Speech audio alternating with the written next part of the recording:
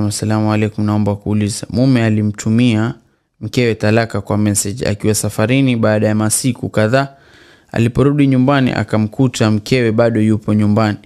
Alipomuuliza kuhusu hiyo message, mke akasema hajaona hiyo message maana alimblock kuepuka majibizano. Je, hiyo talaka imeswi ama?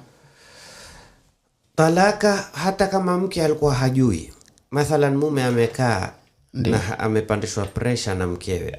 Akakaa peke yake huko chooni. Na kesi wengine wakiingia chooni ndo fikra nyingi. Shenzi bwana, mimi afadhali ni hana haja kusubiri, shamwacha mimi. Ngoja sasa nitamtumia tu message yake, lakini nishamwacha. Asema nishamwacha. On the spot akisema yuko chooni. Usiniulize na mashahidi. Kuna mtu ataingia chooni na mashahidi? Hakuna. Jamanini, talaka ni sunna kuweko na mashahidi. Talaka si lazima kuwepo mashahidi. Ndio.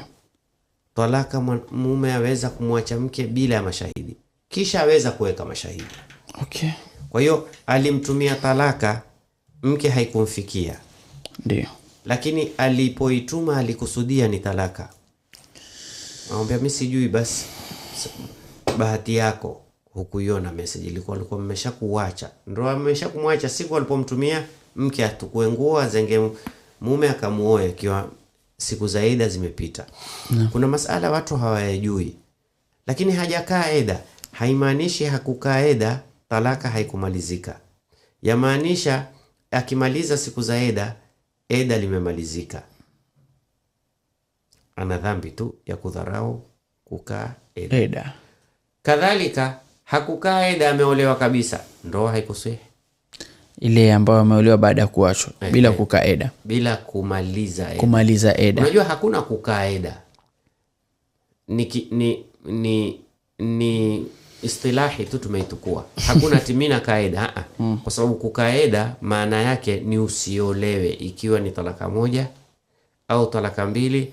Wala hufai ta'ridh wala talmih. Hufai kutongozwa. Sawa ni directly au indirect. Hufai. Ndo kukaa eda. Hakuna viegezo vingine, haswa ikiwa mwanamke ameatoa talaka moja au mbili. Itakuja masala kutoka. Je, wewe ni mke? Ulipokuwa mke ukitaka kutoka, sasa hivi ningepigia simu hanishikii. Likiwa ni la dharura toka. Kiwa sio haja, kuna dharura na haja. Harusi si dharura. Nilikuwa na harusi na nishashonesha kanzu ni ya mamangu, uolewa.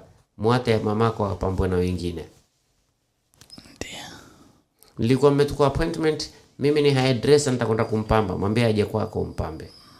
Lakini hufai kutoka mwanamke ukiwa kwenye eda ya talaka rajiia, talaka moja au mbili, bila ya idhini ya mume. Wewe ni mke. Nafanya kazi, naenda kazini. So mmekubaliana uende kazini. So kazi ni dharura. Lakini harusini kwenda kumwangalia mwanamke amezaa, kwenda kuuzika, hizo ni haja, si dharura, ufai kwenda.